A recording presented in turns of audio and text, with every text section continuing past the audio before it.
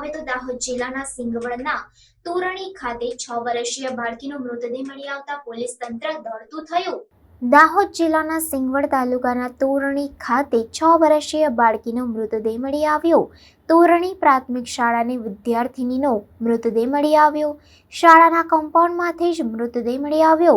શાળા છૂટ્યા બાદ મોડે સુધી બાળકી ઘરે ન પહોંચતા શોધખોળ હાથ ધરાઈ।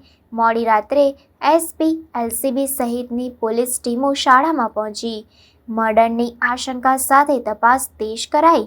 મૃતદેહને ફોરેન્સિક પોસ્ટમોર્ટમ માટે તજવીજ હાથ ધરાઈ। હાલ मृतदेह લીમખેડા રેફરલ હોસ્પિટल खाते खसेड़ायो। पुलिस स्टेशन एरिया में मासी तोयणी प्राथमिक शाला है। वहाँ कक्षा 1 में पढ़ रही विद्यार्थिनी स्कूल समय खत्म होने के बाद घर पर वापस नहीं फरी, इसलिए जांच पड़ताल की गई। जांच पड़ताल करने के बाद स्कूल के पीछे के कंपाउंड के हिस्से से बेभान अवस्था में हमको मिली, तो वहाँ से उनको तात्कालिक अस्पताल लेके गए और अस्पताल में वहाँ उनको मृत जाहिर किया गया। इसलिए हमारी पुलिस की टीम आगे कार्यवाही कर रही है और फॉरेंसिक पैनल डॉक्टर द्वारा पीएम कराने के बाद आगे की कार्यवाही करेंगे।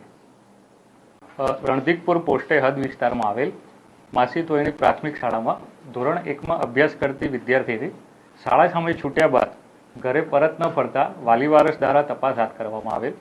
दरमियान तपास करता शाळानी पाछळना कम्पाउंडना अंदरना भागे दीकरी बेभान अवस्थामां मळी आवेल, जेथी तात्कालिक सरकारी दवाखाने सारवार माटे लई जता दीकरीने मृत जाहिर करवामां आवेल, जेथी फॉरेन्सिक पैनल डॉक्टर द्वारा पीएम कराव्या बाद आगळनी कार्यवाही हाथ धरवामां आवशे। हाल पोलीसे शुं दाखल करवामां આવ્યું છે?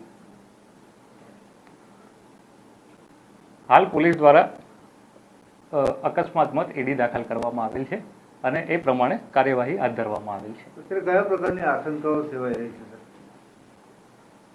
જે અત્યારે તપાસની કાર્યવાહીમાં જેમ જેમ આગળ ડેવલપમેન્ટ થશે તે રીતે આપણને માહિતી મળતી જશે।